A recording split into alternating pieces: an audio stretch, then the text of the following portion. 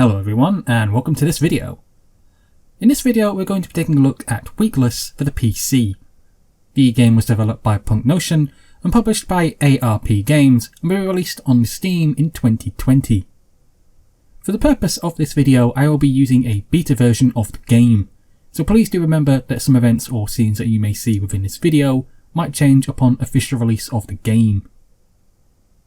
The game itself is about two Ents, that's woodland creatures, who find themselves off on an adventure to save their world. Is this strange and new looking game any good or not though? Well, let's go through this review together and find out. The game's focus on this story is about two woodland creatures who both have a disability. One was born blind and cannot see, and the other was born without ears and as such cannot hear. You both rely on each other to be each other's eyes and ears. And one day, whilst everything seemed normal in the world in which you live in, something disastrous happens and you're both separated from everyone else, and then you're left in some mysterious place with some dark black ooze. You both wake up to find that you are in a strange new area and find that this black goo is taking over the woodland realm and quickly killing anything it comes into contact with. It's now up to both of our heroes to work your way through the various puzzles and obstacles that you'll face, overcome them, and then get back to civilization to warn the others about what's happening.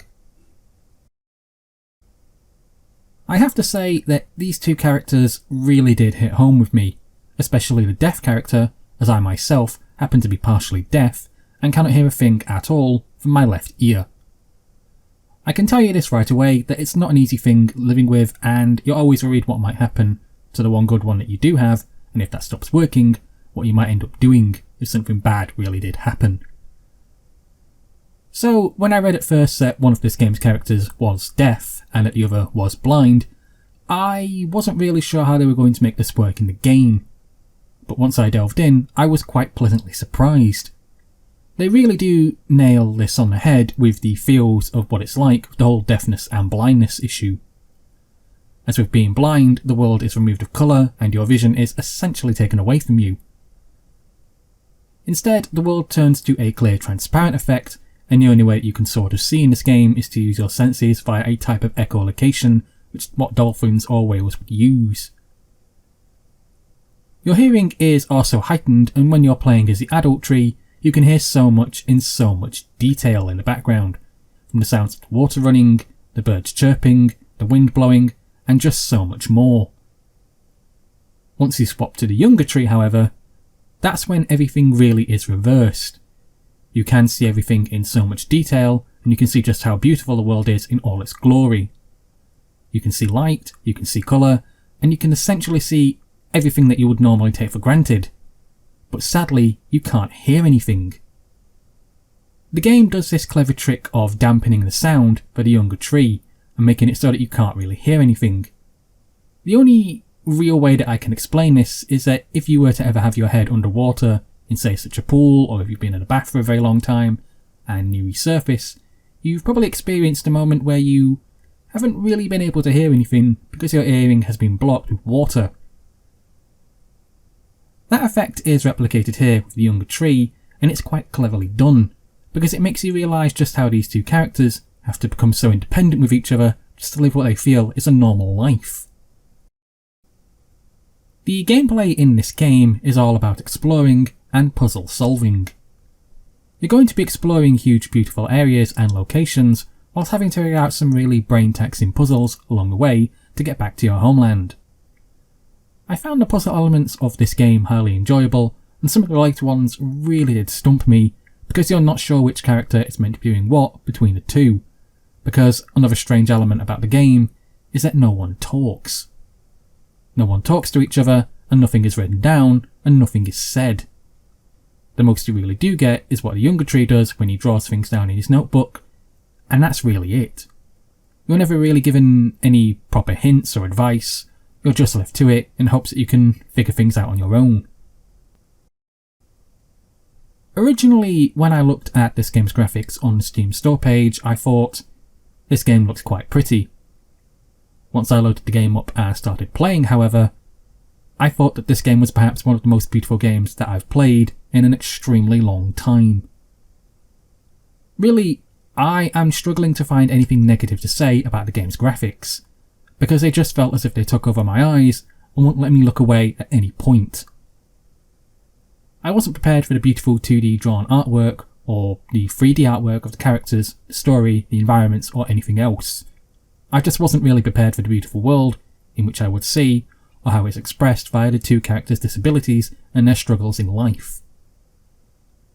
The only real thing that I can say aside from any of this is that I did notice a few lagging sections within the game itself upon loading new areas.